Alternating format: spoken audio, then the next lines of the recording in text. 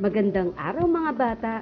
Narito tayo ngayon sa Filipino ng ikatlong baitang. Ang pag-aaralan natin ngayon ay ang paggamit ng pahiwatig upang malaman ang kahulugan ng mga salita. Ikalawang markahan, Module 5. Sa pagtatapos ng araling ito, ang mga mag-aaral ay inaasahang natutukoy ang kahulugan ng mga salita tulad ng pagbibigay ng kasalungat at kasing kahulugan nito. Bago tayo tumungo sa ating aralin, magbalik-aral muna tayo. Piliin sa loob ng kahon ang katugma ng mga sumusunod na salita. Isulat ang tamang sagot sa iyong kwaderno. Narito ang inyong pagpipilian: buhay, kulob, batas, kaaway, kawal, kawawa. Bilang 1, nakakahawa. Bilang 2, loob. Bilang 3, labas. Bilang 4, bawal. Bilang 5, bahay.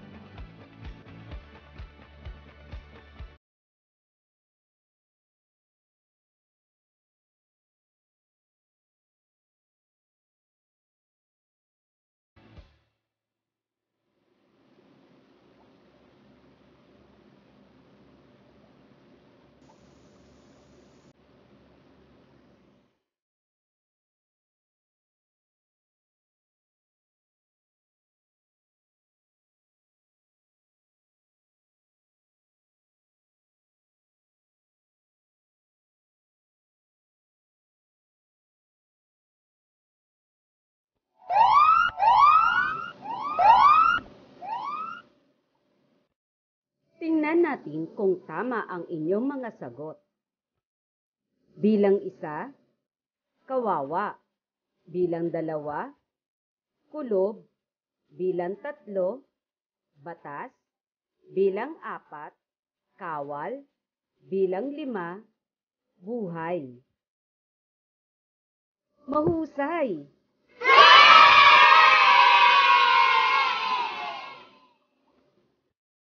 Tumungo na tayo sa ating aralin. Masaya, maligaya, malungkot. Ang salitang masaya at maligaya ay magkasing kahulugan, at ang malungkot naman ay ang kanilang kasalungat. Mayaman, masalapi o mapera, mahirap.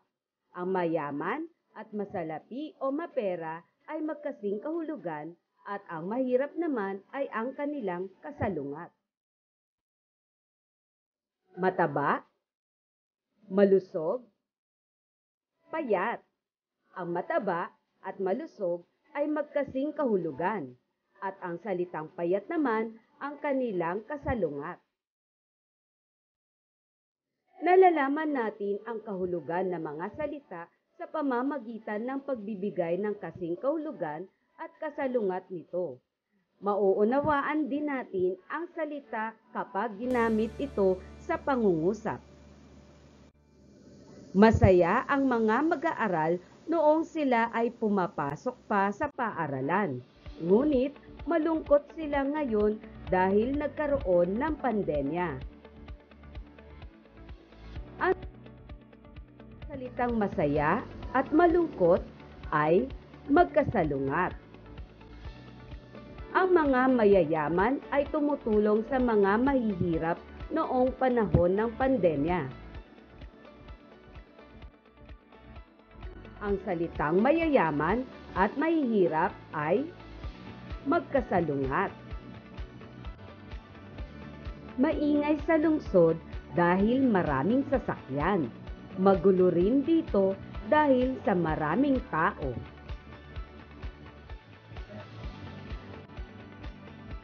maingay, magulo, ay magkasing kahulugan. Upang mapalawig pa ang inyong kaalaman, sagutan ninyo ang mga gawain sa inyong kwaderno. Gawain 1. Lagyan ng check ang bawat bilang kung ang pares ng salita ay magkasing kahulugan at X naman kung ito ay magkasalungat. Isulat ang sagot sa iyong kwaderno. Bilang 1. Tuwid, diretso. Bilang 2. Makitid, malapad. Bilang 3. Matulin, mabilis. Bilang 4. Maginaw, mainit. Bilang 5. Upuan, silya.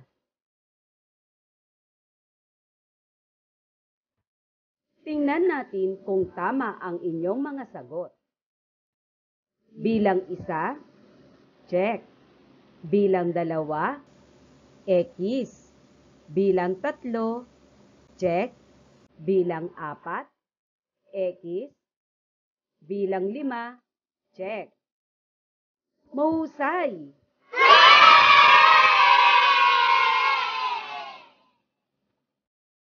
Gawain 2.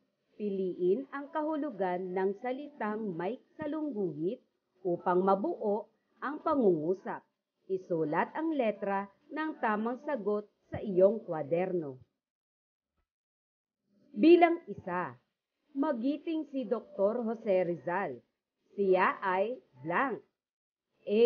Mabilis. B. Matapang. C. Mayaman. Bilang 2. Wasto ang iyong isinulat. Blank ang iyong sagot. A. Tama. B. Mali. C. Pareho.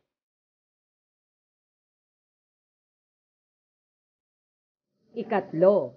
Matangkad ang tatay ko, kaya ako ay blank din. A. Pandak. B. Mababa. C. Mataas. Bilang 4. Masarap ang luto ni nanay. Ang niluto niyang adobo ay blank. A. Maalat. B. Malinamnam. C. Mapakla. Bilang 5. Ang singsing ng dalaga ay makislap. Ito ay blank. A. Madilim. B. Malabo. C. Makinang. Tingnan natin kung tama ang inyong mga sagot. Bilang 1, B. Bilang 2, A. Bilang 3, C. Bilang 4, B. Bilang 5, C.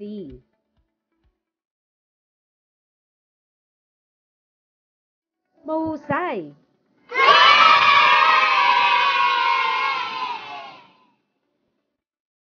Tandaan, nauunawaan natin ang mga salita sa pamamagitan ng pagbibigay ng kahulugan at kasalungat na mga ito. Lubos din ang pag-unawa sa mga salita kung gagamitin ito sa pangungusap. Halimbawa, nariyan ang salita, kasing kahulugan at kasalungat. Maagap, laging handa, nahuhuli. Kapayapaan, katahimikan, kaguluhan. Sikapin, pagbutihin, pabayaan. Sinisikap na magulang na pag-aralin ang anak, samantalang pinagbubuti naman ng anak ang kanyang pag-aaral. Pag-alam sa natutunan, piliin ang pares ng salitang magkasing kahulugan sa bawat bilang. Isulat ang tamang sagot sa iyong kwaderno. Halimbawa, malamig, mainit, maginaw. Ang tamang sagot ay malamig, maginaw. Bilang isa, sobra, labis, kulang. Bilang dalawa, bukod, tangi, ordinaryo, karaniwan. Ikatlo, matalas, matalim, mapurol. Ikaapat, maralita, mayaman, mahirap. Ikalima, musmos, matanda, bata.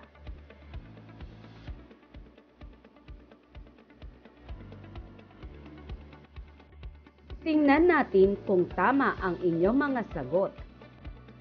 Bilang isa, sobra, labis. Bilang dalawa, ordinaryo, karaniwan. Bilang tatlo, matalas, matalim. Bilang apat, maralita, mahirap. Bilang lima, musmos, bata.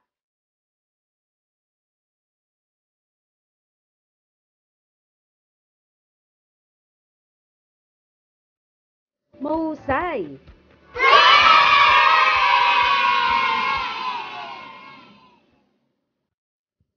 Pagtataya, tukuyin ang kasalungat ng salitang may salungguhit.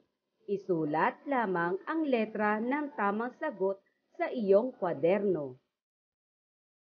Bilang isa, pambihira ang kagandahan ng mga tanawin sa Pilipinas. A. Naiiba. B. Karaniwan. C. Natatangi.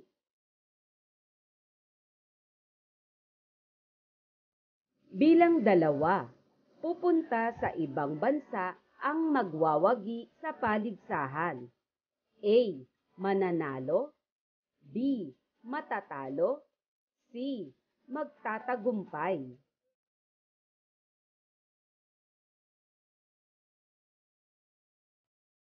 Bilang tatlo, bigla siyang sumulpot sa aking harapan. A. Nagpakita. B. Lumitaw. C. Naglaho.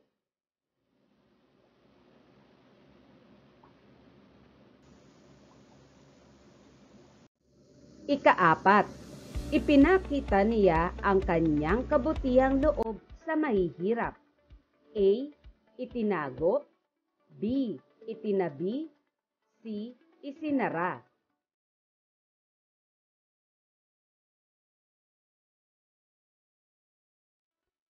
Ikalima, ama ang siyang naghahanap buhay para sa pamilya. A. Nagtatrabaho. B. Nagluluto. C. Nagbubulakbol.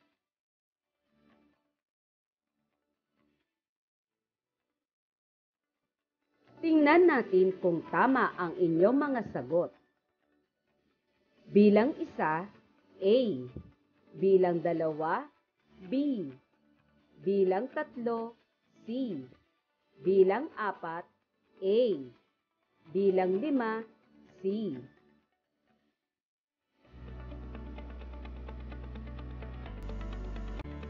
Mahusay!